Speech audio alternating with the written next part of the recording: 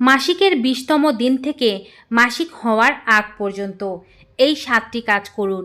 এটি বীর্যকে ডিম্বাণুকে নিষিক্ত করতে সাহায্য করবে এবং আপনার গর্ভধারণ হলে কোনোভাবেই বাচ্চাকে নষ্ট হয়ে বের হতে দেবে না। খুবই সুন্দরভাবে আপনার গর্ভধারণ হবে এবং বাচ্চাটি টিকে যাবে। অনেক সময় দেখা যায় যে অনেকে গর্ভবতী হন, কিন্তু কিছু ভুলের কারণে গর্ভের বাচ্চাটি নষ্ট হয়ে যায় এবং বের হয়ে যায়। তারা বুঝতেও পারেন না যে তারা গর্ভবতী হয়েছিলেন, কিন্তু বাচ্চা নষ্ট হয়ে বেরিয়ে গেছে। মাসিকের 20তম দিন থেকে এই কাজগুলো করতে পারলে বাচ্চা আর নষ্ট হয়ে বের হয়ে যাবে না, সফলভাবে গর্ভরোপণ হবে। চ্যানেলে যদি নতুন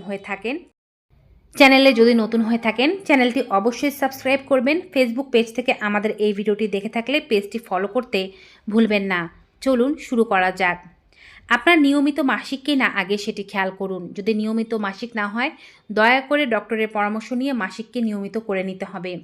যাদের মাসিক মোটামুটিভাবে 28 থেকে 35 দিনের অন্তর অন্তর হয়ে থাকে, তাদের ক্ষেত্রে এই ট্রিক্সগুলো খুব ভালো কাজ করবে।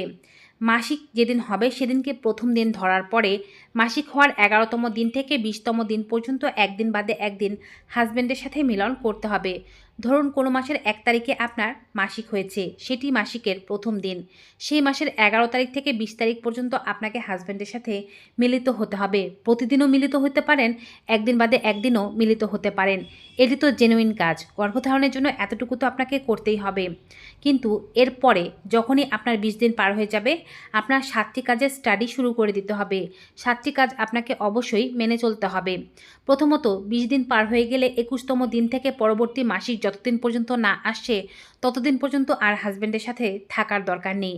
কারণ অনেক সময় মিলনের ফলে জরায়ু আঘাতপ্রাপ্ত হতে পারে। বাচ্চা গর্ভাশয়ে আসার পরেও সেই বাচ্চা নষ্ট হয়ে বেরিয়ে যেতে পারে।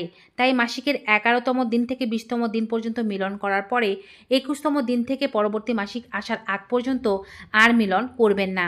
আর যদি মিলন করতে খুব ইচ্ছেও করে, সেক্ষেত্রে খুবই হালকাভাবে মিলন করতে হবে, যেন জরায়ুর ভেতরে কোনোভাবেই চাপ না পড়ে। আবার এ সময় চেষ্টা করতে হবে পুরুষের কোনো প্রকারের প্রোটেকশন ব্যবহার করতে।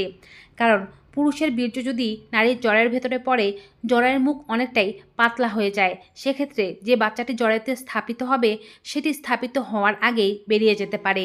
এই বিষয়টি ফলো করা জরুরি। দ্বিতীয় কাজ হচ্ছে, কর্টিসল হরমোন যেন কোনোভাবেই নিঃসৃত না হয়। আপনার যদি কর্টিসল হরমোন নিঃসৃত হয়, তবে কোনোভাবেই আপনি বাচ্চাকে পেটের মধ্যে টিকিয়ে রাখতে পারবেন না।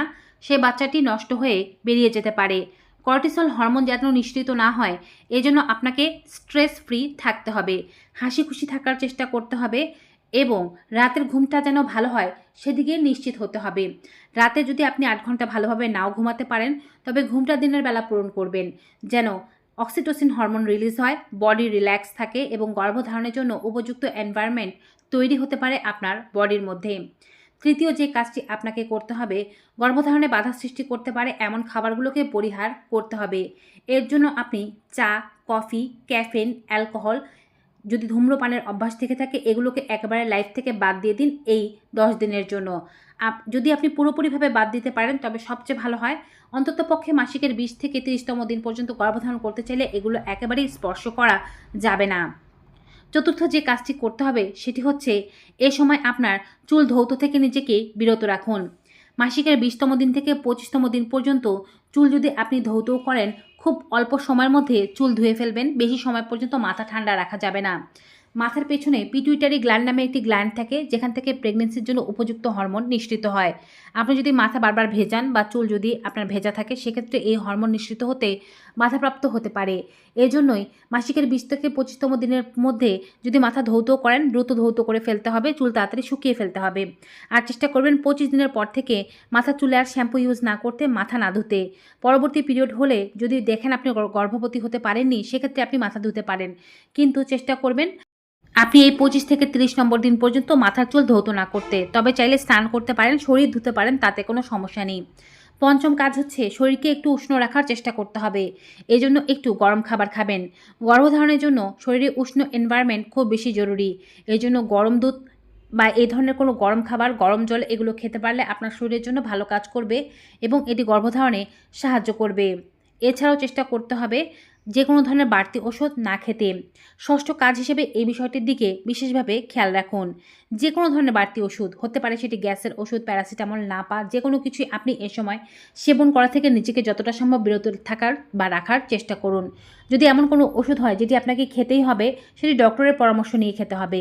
আপনি যখন গর্ভধারণের চেষ্টা করছেন তখন ডক্টরকে বলতে হবে আপনি কোন কোন ওষুধ খাচ্ছেন। সেগুলো যদি গর্ভধারণের জন্য ফ্রেন্ডলি হয়, ডক্টর তবেই আপনাকে খেতে দেবে। আর যদি না হয় তাহলে সেগুলো বাদ দিতে হবে, নতুবা আপনার অনাগত সন্তানের ক্ষতি হয়ে যেতে পারে। সর্বশেষ কাজ হচ্ছে এ সময় হাঁটাচলা বা ভারী কোনো কাজ থেকে নিজেকে একটু বিরত রাখুন। স্বাভাবিক কাজকর্ম হাঁটাচলা করতে পারেন, তবে দীর্ঘ সময় পর্যন্ত হাঁটা, দৌড়ানো, এক্সারসাইজ, ভারী কোনো জিনিস তোলা, ভারী কোনো কাজ করা, এগুলো থেকে নিজেকে যতটা সম্ভব বিরত রাখবেন, গর্ভধারণের জন্য সম্ভাবনা ততটাই বেশি বেড়ে যাবে। তো ভিউয়ার্স, আজকের এই ভিডিওটি কেমন লাগলো কমেন্ট বক্সে জানাতে ভুলবেন না। ভিডিওটি ভালো উপকারী মনে হয় থাকলে সকলের মাঝে বেশি বেশি করে শেয়ার করে দেবেন। বিদায় নেব, সবাই ভালো থাকবেন, সুস্থ থাকবেন। দেখা হবে নতুন কোনো ভিডিওতে নতুন কোনো উপকারী তথ্য নিয়ে। সবাই ভালো থাকুন, সুস্থ থাকুন। Good bye and take care.